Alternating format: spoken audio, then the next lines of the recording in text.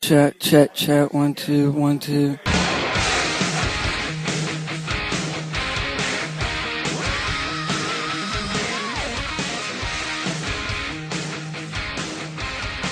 Good evening, Greenhorns, and welcome to the Road to Wrestling School.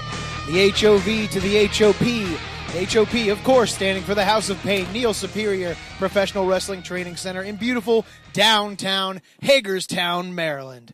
I'm Grizzly Duncan McBain, alone today, sadly. Hashtag Hamish Stewart had some issues that came up that he had to handle right away, so we wish him well here at the podcast.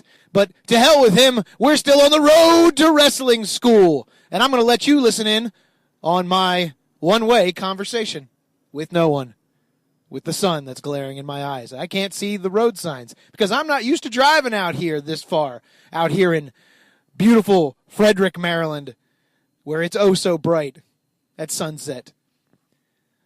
Well, Greenhorns, the Grizzter's going to do a solo show today, so we'll see how that goes. I guess like every podcast, we'll open with my fitness. There's none. I haven't worked out at all since the last time we recorded a podcast. There you go. That's not true. We did the Thursday night matches, and they're always a great workout because, honestly, the way I like to work out is to... I got to get in the next lane. I got to go south. The way I like to work out is doing something.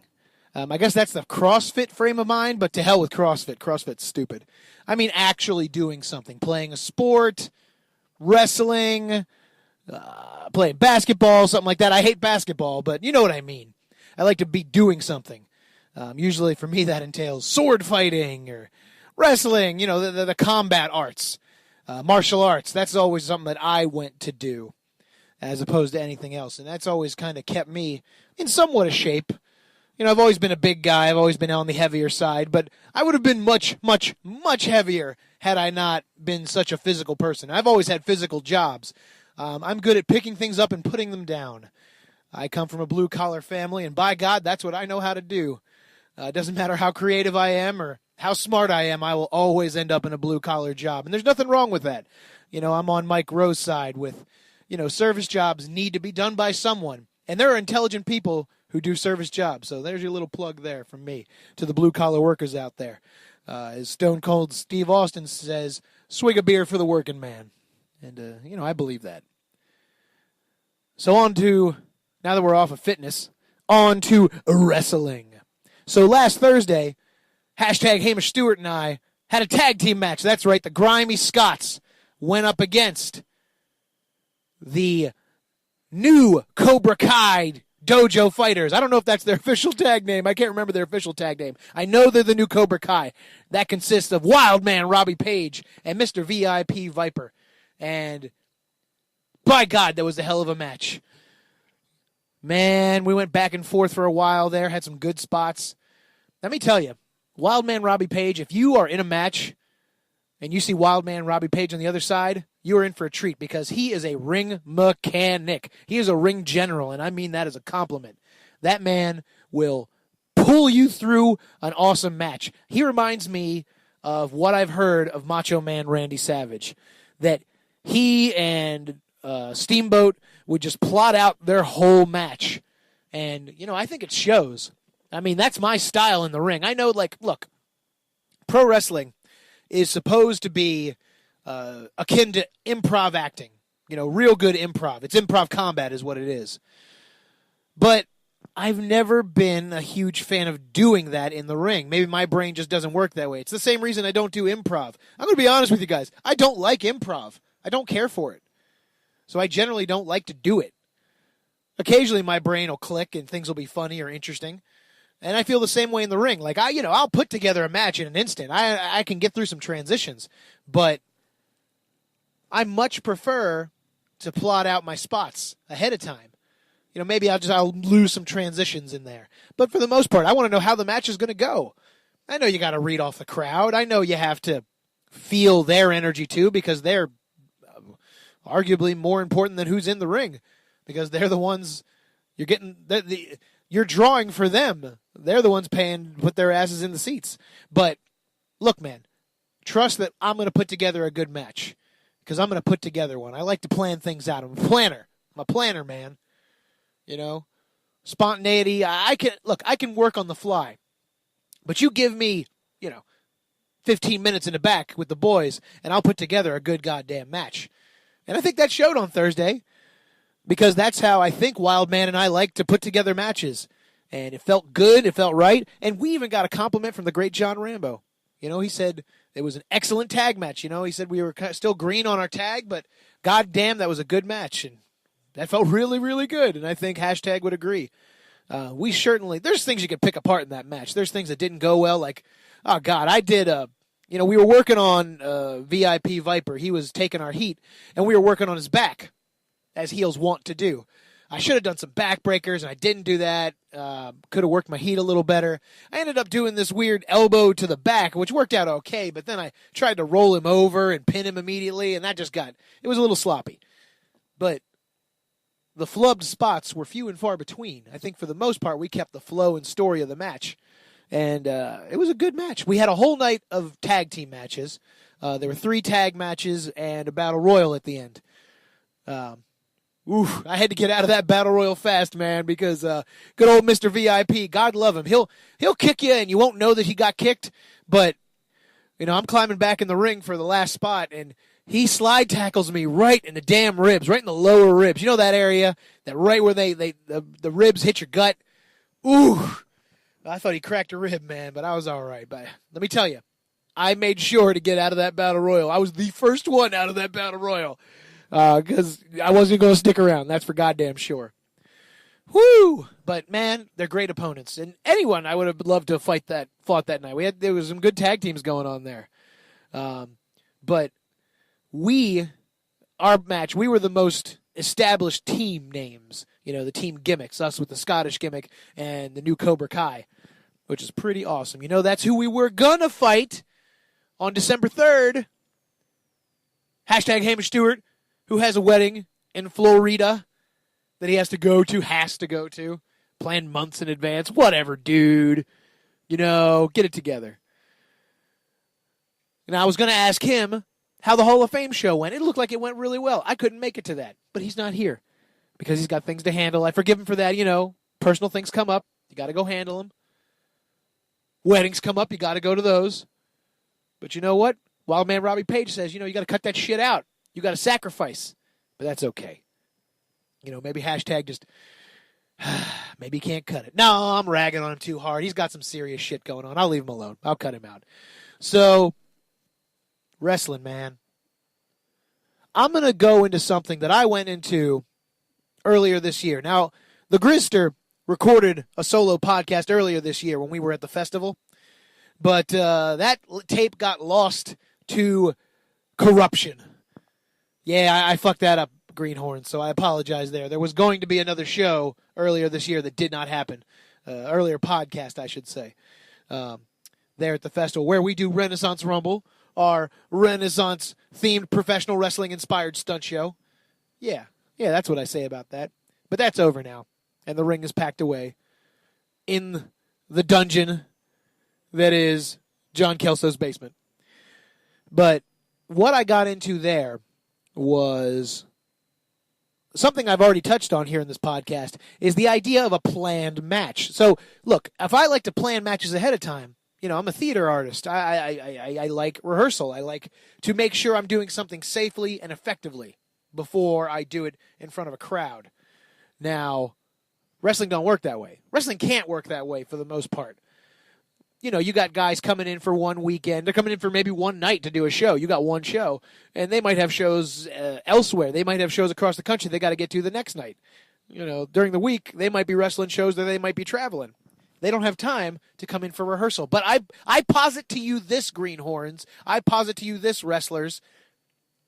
What if there was a wrestling company? What if there was a wrestling company that took the time, ran it like a professional theater? You have a group of guys. Maybe you don't have the big names. Maybe you don't have people that can come in and out all the time. But maybe you have a stock group of wrestlers.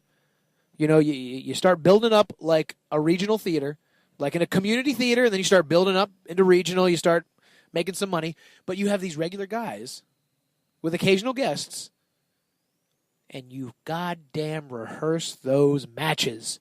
What if you plot out your show? You do one show a month, which I say is pretty average. Most people do that. You start there. You start one show a month. The rest of the month, you're rehearsing. Maybe just one night a week. You're rehearsing your matches. You're breaking kayfabe there a little. We break kayfabe all over this goddamn podcast. I mean, if you're listening about wrestling school, kayfabe's going to get a little broken. I'm sorry. Now, if you're rehearsing these matches, how much better are they going to be? Aren't they going to be a lot safer? Aren't they going to be a lot more interesting? Can't you look at something a wrestler is doing, me as a director, and say, no, don't do that. That doesn't make sense. Do this instead. That doesn't make sense for your character. How much better would those matches be? Now, I know that goes against the spirit of professional wrestling, because when you get in there with an opponent that you've never worked with, or maybe one that you have worked with, but you haven't talked before the match, maybe you just flew in, maybe it's time to go to your match immediately. You get in there and you just work a match.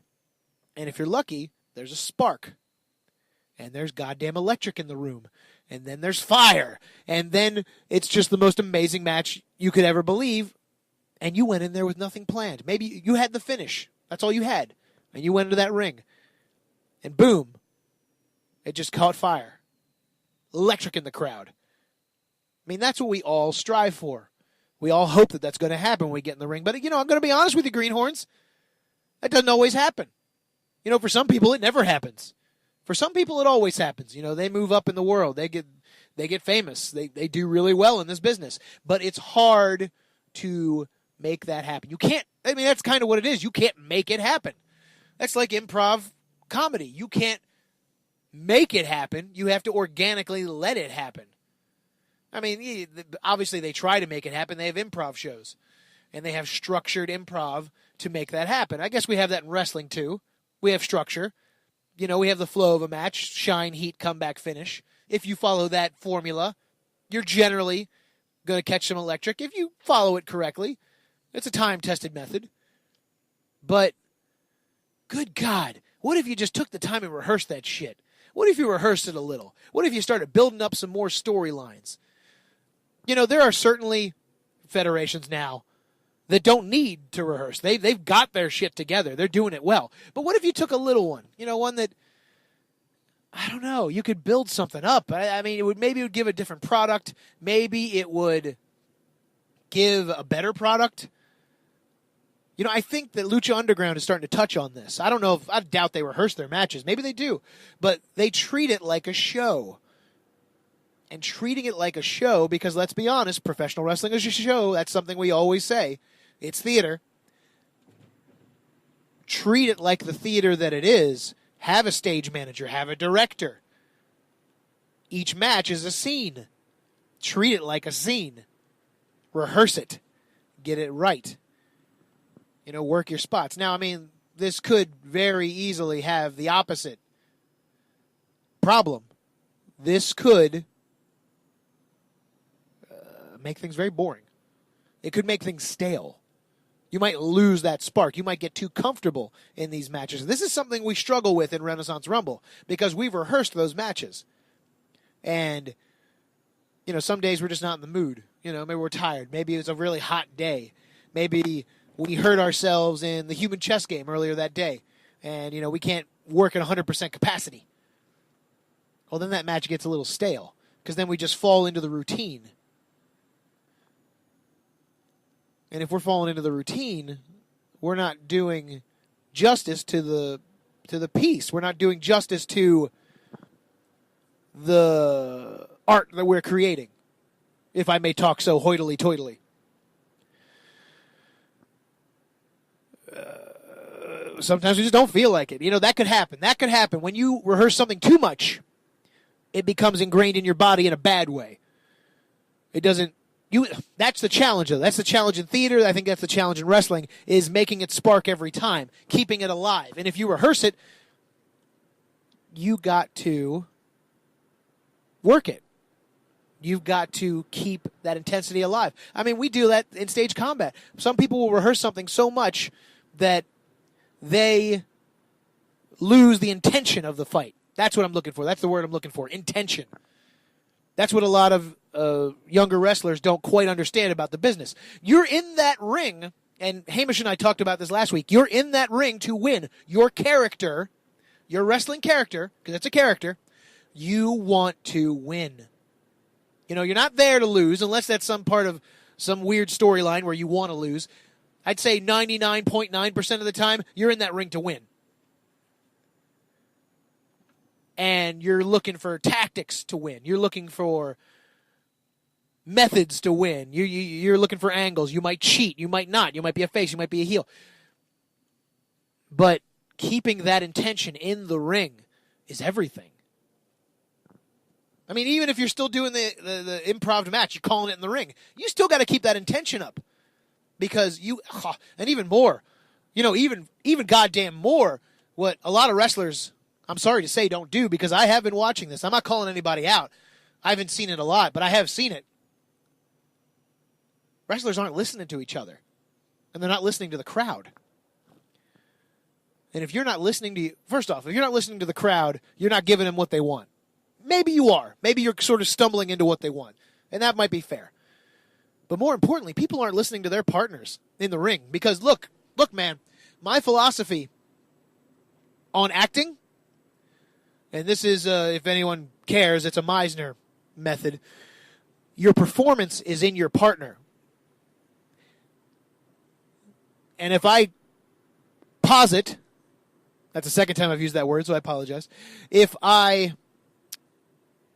claim that wrestling is theater, ergo, your match, the quality of your match, is in your partner. And if the quality of the match is in your partner, well, God damn it, man, you got to listen to him or her. You have to listen to your opponent. You have to listen to what they're giving you. You got to hand them back what they're giving to you. You know what I mean? I'm missing a whole bunch of messages. So, all right, breaking off of this, because I'm going down a weird spiral that normally hashtag would cut me off on, because I'm sure this is getting a little boring. Tonight is a Monday night, not a Thursday night. We're normally going out on a Thursday night. This is a Monday night. Now, I'm going out there solo. Well, not entirely solo. A student from our workshop, our professional wrestling workshop, is coming out here. We're very proud of him. Eel O'Neill is his gimmick name. I don't know if he's going to stick with that, but he's coming out. But we're coming out here, and I'm coming out a little early because we're going to clean our space. We are going to clean the gym. We're going to clean the school. Because in order to have that safe space, John Sadowski would call it temenos. And anyone that doesn't know John Sadowski, that's an excellent impression of him. But temenos, this concept of a safe working space, a sacred space. I'm a skeptic at heart. I'm not incredibly religious. I was Catholic. I was raised Roman Catholic. But now I'm more pagan. I'm a little more atheist, a little more agnostic. But that's irrelevant. I believe spaces have an energy. And you have to treat a space with respect. And part of that respect is keeping it clean. Honoring the space that we use that keeps us safe. Honoring that ring that keeps us safe. The padding. The support, the bounce. It takes all of our punishment, and we have to show it respect back. I mean, even if you don't believe in the energy of the room, just having that mindset of, I respect this space, means you will respect people that come into that space that also take care of it. It's a respect to the boys in the ring, to the guys you're working with. So with that in mind, we are, and I've used that phrase too much in this podcast too. This is what happens when I podcast alone. I end up using the same phrases over and over and over again because I'm just talking into a vacuum. Hang on, I'm going to take a swig of Diet Mountain Dew for the working man. Delicious. The caffeine that helps me keep going, and hydration to help me wet my whistle so I can keep using the same turns of phrases on you over and over and over again.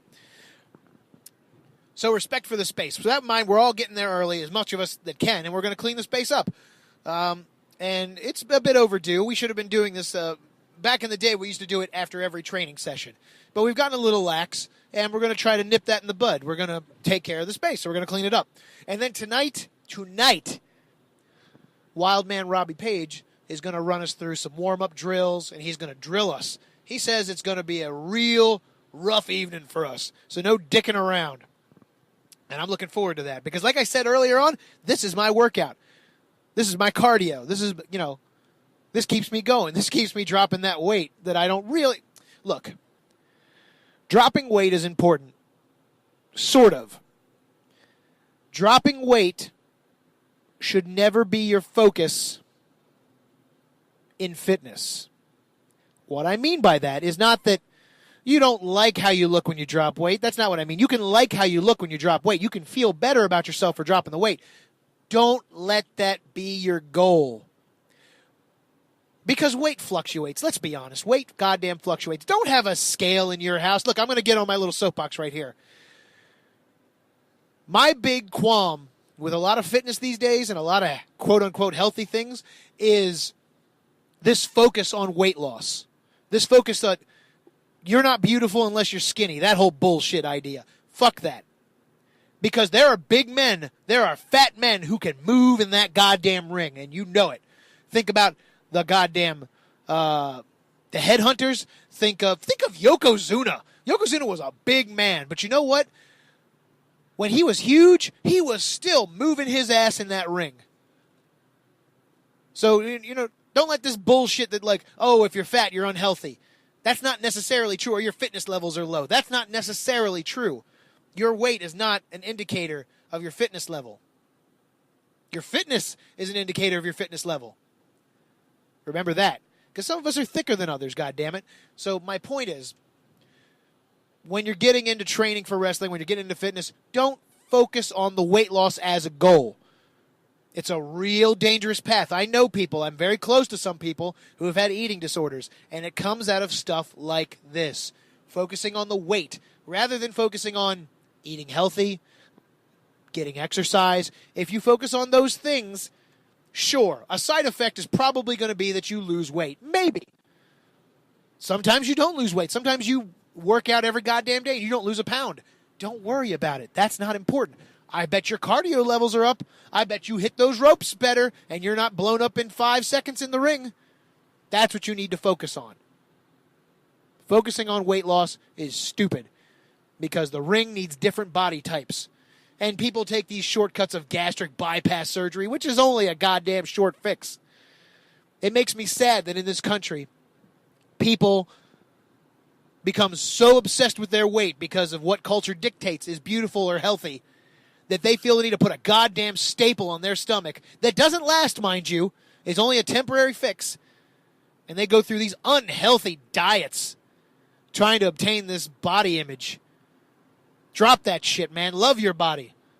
Take care of your body, but love your body for what it is. Oy. All right, I'm off the soapbox. Putting the soapbox away. I'm done now. Where the fuck was I? Dying here. I need to take another swig of Mountain Dew. Diet Mountain Dew for the working man. Yelling into the damn mic. Nobody wants to hear my bullshit. It's almost as bad as Mike. Hashtag Hamish Stewart. It's kayfabe. Hashtag Hamish Stewart. Good stuff. I'm going to chug this thing when I get to the House of Pain, man. Normally I drink a lot more, but I'm talking a lot less. So, here I am driving through beautiful Western Maryland. Getting rained on by a goddamn dump truck. Let's get around you, so I don't end up with a broken windshield again. Thinking about the early days of wrestling for me, man. The backyard days. I think I talked about that on this podcast, but I started with the UBWF, the Ultimate Basement Wrestling Federation, which turned into the Ultimate Backyard Wrestling Federation. I was Giuseppe the Paisan of Pain and a number of other goofy little characters. We focused on story. We focused on what made us laugh. We never had audiences. It was just us we would wrestle for 6 hours in a backyard, shower up, meet at somebody's house, and watch what we did that day. And it made us happy. That's what we did. We made these intricate storylines. Yeah, we had goddamn storylines. That's where I got my love of booking. And I think I told this to hashtag and to you, Greenhorns, but, man, if I couldn't be a wrestler, I would want to be a booker. Because I love putting together storylines. I love putting together angles. I love booking matches. And that's where I cut my teeth doing that. Because, we would just take turns every month. Because you do it once a month. Everyone would take turns putting together a show. And I had a lot of fun doing that. So that's, that's my history with backyard wrestling. We did some hardcore matches, but it was like trays, chairs, real tame shit, We didn't actually want to get hurt. We were smart enough to know, look, we're not going to go forward in our future if we end up with stitches and broken skulls when we're not getting paid for it. Man, don't do hardcore unless you're getting paid for it. I'm going to say that every podcast if I can. Do not do hardcore wrestling unless you are getting paid for it. It's just stupid. It's just not worth it, man. It's not worth it to your body.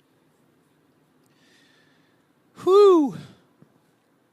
Man, I tell you, Greenhorns, I'm running out of steam. I haven't drunken enough Diet Mountain Dew. But hey, it's just me. Be happy you got a podcast this week. I'm glad I could do this for y'all. I'm not quite at Hagerstown yet, but I'm pretty damn close. So I'm going to tap out right now. I know. You're used to the 30-minute Broadway,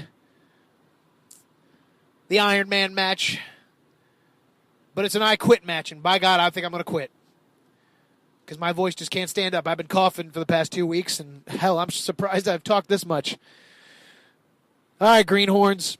Remember, subscribe to us on iTunes. Rate and review us.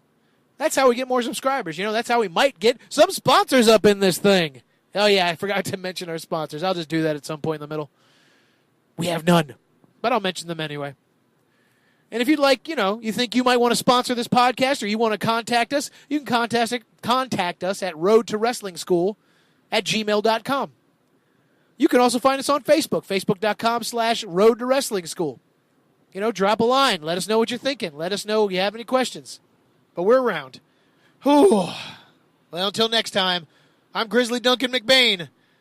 Keep the faith, Greenhorns. I'll see you down the road and in the ring.